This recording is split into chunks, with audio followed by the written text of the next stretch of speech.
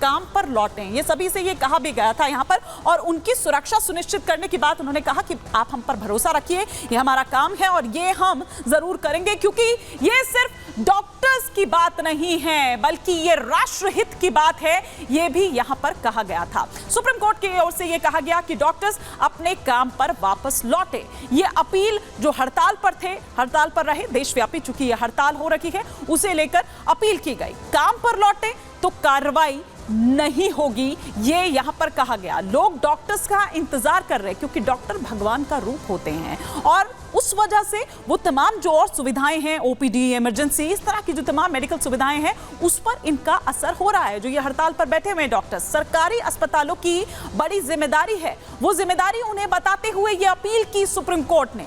हमने expert committee बनाई है, ये आश्वासन भी एक तरह से आप ये देखिए कि उनको दिया गया कोर्ट द्वारा। ये कहा गया कि टास्क फोर्स सबसे राय लेगी, उसमें डॉक्टर्स भी होंगे और 9 डॉक्टर्स उसमें इसीलिए शामिल किए गए। जरूरत पड़ी तो हम सुरक्षा देंगे, आप हम पर भरोसा रखिए, ये सुप्रीम कोर्ट द्वारा कहा गया। जानते हैं कि डॉक्टर 36 से 48 घंटे काम कर रहे हैं, बल्कि सीजीआई चंद्रचूड़ की द्वारा तो यह भी कहा गया था कि मैं वहां पर जो फर्श है वहां पर रहा हूं, वहां पर बैठा हूं, वहां पर सोया हूं, तो इसीलिए मैं जानता हूं कि क्या स्थिति है। लेकिन आप ये देखिए कि उधर सुप्रीम कोर्ट ने फटकार लगाई है, तो वहीं दूसरी तरफ बीजेपी ने ममता सरकार के खिलाफ कोलकाता की सड़कों पर हल्ला बोला हुआ है। बीजेपी के तमाम बड़े चेहरे जो हैं, वहां के प्रदेश के जो नेता हैं, वो इस वक्त आप यहां पर देख पा रहे हैं कि किस तरह से एकदम पूरी एक मार्च निकालते हुए, प्रदर्शन करते हुए आप साफ तौर पर देख पा रहे हैं। और ये शुभेंदु अधिकारी को आप देख रहे थे, उनको पुलिस हिरासत में लिया गया। लॉकेट चटर्जी से लेकर तमाम बड़े जो उनके चेहरे हैं, जो नेत्री हैं, अग्निमित्रा पॉल को भी आप थोड़ी देर पहले देख रहे थे, वो हम आपको दिखा रहे हैं। कोलकाता में बीजेपी का ये जो प्रदर्शन है वो देखने को मिल रहा है, और हर दिन एक नई स्ट्रैटेजी के साथ भारतीय जनता पार्टी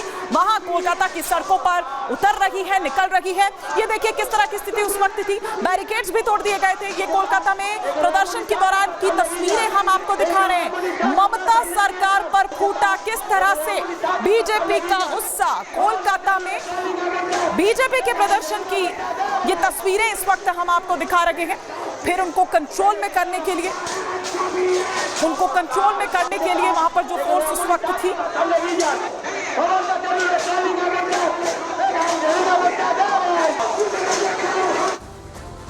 तो देखा आपने बीजेपी का ये प्रदर्शन। लेकिन शुभेंदु अधिकारी क्या कुछ कह रहे हैं, अभी थोड़ी देर पहले आप उनकी तस्वीर देख रहे थे, उनको जब हिरासत में लिया गया, पुलिस हिरासत में लिया गया, क्या कह रहे हैं शुभेंदु अधिकारी, सुनाते हैं।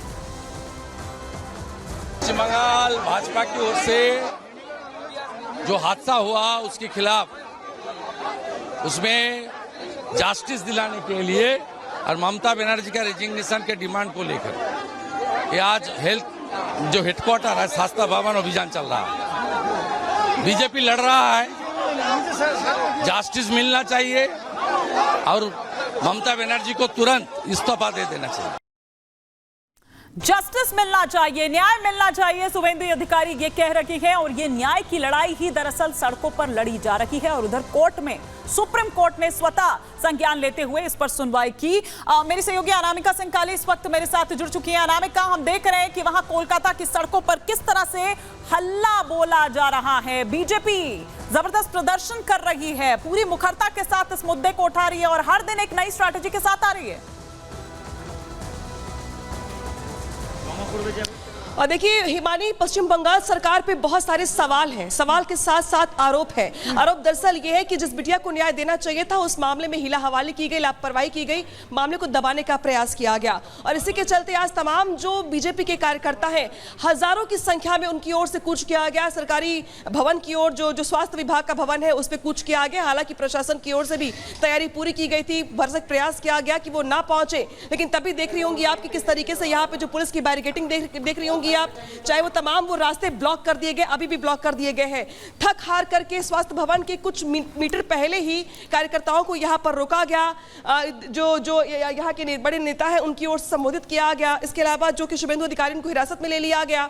दिलीप घोष ने कार्यकर्ताओं को संबोधित किया। इसके बाद यहाँ पे जाके जो कार्यकर्ता है वो अपने अपने घरों के लिए रवाना हो पाए हैं। कुछ कार्यकर्ताओं को चोटें भी आई हैं पुलिस की लाठीचार्ज में, कुछ कार्यकर्ता गिर गए थे, कुछ महिलाएं यहाँ पे घायल हो गई थी। उनकी ओर से ये प्रयास था कि वो स्वास्थ्य भवन पहुंच के अपनी जो नाराजगी है वो जाहिर करे, अपनी आवाज़ को बुलंद करे। कई किलोमीटर चलने के बाद वो यहाँ तक पहुँच पाई थी, लेकिन यहाँ पर जिस तरीके से पुलिस की ओर से, CSF की ओर से, CRPF की ओर से, RAF की ओर से जो बंदोबस्त किए गए थे उनको आगे न बढ़ने देने को लेकर के, उसके चलते पुलिस से झड़प भी हुई, उनकी नारेबाजी भी हुई।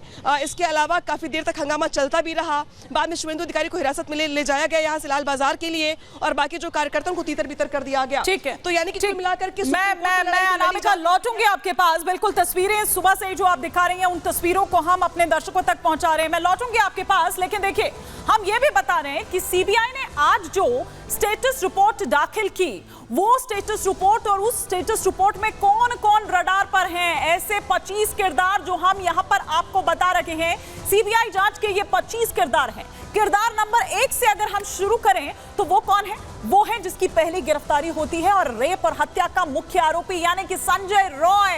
ये पहला किरदार है और ये हम दिखा रहे हैं जो स्टेटस रिपोर्ट में सीबीआई ने मेंशन भी किया है। इसके अलावा अगर हम बात करें किरदार नंबर 2 की, तो किरदार नंबर 2 है पूर्व प्रिंसिपल आरजी कर मेडिकल कॉलेज की। अगर बात करें संदीप घोष, जो पहले दिन से ही सवालों के घेरे में रहे, अस्पताल में गड़बड़ी का आरोपी है। कौन? संदीप घोष। सीबीआई ने 7 बार, आज 7वां दिन है, ये पूछताछ आज भी चल रही है और जैसे जैसे ये पूछताछ आगे बढ़ रही है तो गिरफ्तारी की तलवार उतनी ज्यादा आप ये कहिए कि प्रगाढ़ वहां पर होती जा रही है।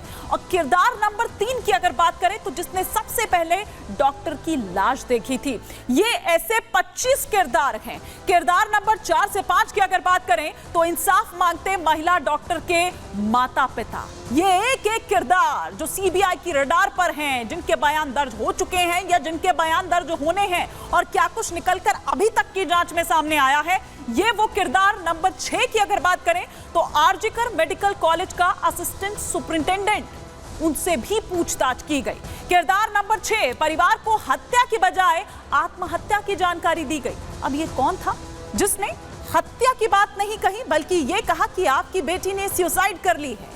किरदार नंबर 7 से 10 की अगर बात करें, जो रडार पर सीबीआई के मृतका के साथ रात में साथ खाना खाने वाले जो साथी डॉक्टर्स हैं, जो उसके मित्र डॉक्टर्स और बाकी रहे वो। किरदार नंबर 11, रात में खाना डिलीवर करने वाला वो डिलीवरी बॉय। किरदार नंबर 12, एएसआई अरूप दत्ता, उसकी तस्वीर हम आपको लगातार दिखा रहे हैं। आरोपी संजय अरूप दत्ता की बैरक से ही गिरफ्तार हुआ था। ये वो पुलिस वाला जिसके साथ कई तस्वीरें जो हैं संजय रॉय की वो वायरल हो रही है। किरदार नंबर 13, सौरभ, जो कि घटना वाली रात किस तरह से वहां नजर आता है और सीसीटीवी में भी देखा गया। इसके अलावा किरदार नंबर 14 से 17 की बात करें तो मृतक महिला डॉक्टर के करीबी जो जूनियर डॉक्टर्स हैं उनसे भी पूछताछ कुछ से हो चुकी है, कुछ से होनी अभी बाकी है। किरदार नंबर 18 से 22 वो कौन कौन है? जो पोस्टमार्टम करने वाले 5 डॉक्टर्स हैं, उनसे भी कई तरह की जानकारियां सामने निकल कर आई और वो बाकायदा उस स्टेटस रिपोर्ट में मेंशन किया गया है। किरदार नंबर 23, बुलबुल, आरजे कर मेडिकल कॉलेज की अधिकारी, ये भी एक अहम कड़ी इस जांच को आगे बढ़ाने की। किरदार नंबर 24, चेस्ट विभाग का वो अधिकारी जहां पर रेनोवेशन का काम शुरू हो जाता है। इससे ठीक सामने सेमिनार हॉल था जहां पर यह वारदात घटी। क्या किसी को उसकी चीख पुकार सुनाई नहीं दी? ऐसा कैसे हो सकता है? किरदार नंबर 25, 49 ग्राउंड स्टाफ जो उस रात ड्यूटी पर थे तैनात। ये वो किरदार नंबर 25 जो 25 ऐसे किरदार हैं।